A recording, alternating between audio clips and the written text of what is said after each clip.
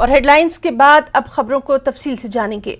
सबसे अहम खबर, दक्षिण कश्मीर में 2 अलग अलग एनकाउंटर में लश्कर तैयबा कमांडर सहित 4 आतंकी मारे गए हैं। पुलिस ने सुरक्षा बलों के साथ मिलकर दक्षिण कश्मीर के अनंतनाग और अवंतीपुरा जिलों में 2 आतंकवाद विरोधी अभियानों में 4 आतंकवादियों को मार गिराया। इसके अलावा श्रीनगर में पुलिस ने प्रतिबंधित आतंकी संगठन लश्कर और टीआरएफ के 3 हाइब्रिड आतंकियों को गिरफ्तार किया। उनके खुलासे पर विस्फोटक सामग्री बरामद की, 1 AK-47 राइफल, 1 AK-56 राइफल और 1 पिस्टल सहित आपत्तिजनक सामग्री, हथियार और गोला बारूद बरामद किया गया। मारे गए आतंकियों में 1 विदेशी आतंकवादी है, दूसरा लश्कर तैयबा का कमांडर है जिसकी पहचान मुख्तार भट्ट के रूप में हुई है। पुलिस रिकॉर्ड के अनुसार मारे गए सभी आतंकवादी सीआरपीएफ के 1 ASI और 2 RPF कर्मियों की हत्या सहित कई आतंकी अपराधों में शामिल थे।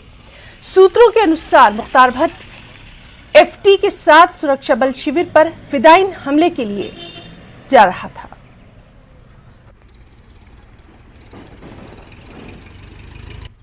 अवंतीपुरा में शाम 7 बजे के करीब उस वक्त एनकाउंटर शुरू हुआ जब फोर्सेस की एक मुश्तरका टीम ने इलाके में सर्च ऑपरेशन शुरू किया।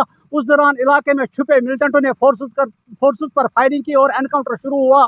इस एनकाउंटर में लश्कर तैयबा से वाबस्ता 3 मिलिटेंट मारे गए हैं, जिनमें एक आला कमांडर मुख्तार अहमद भी शामिल है। पुलिस ने ट्वीट करके जानकारी दी कि ये तीनों मिलिटेंट फिदायीन हमले की साजिश में थे, ताहम पुलिस ने इनकी साजिश को पहले ही नाकाम बना दिया।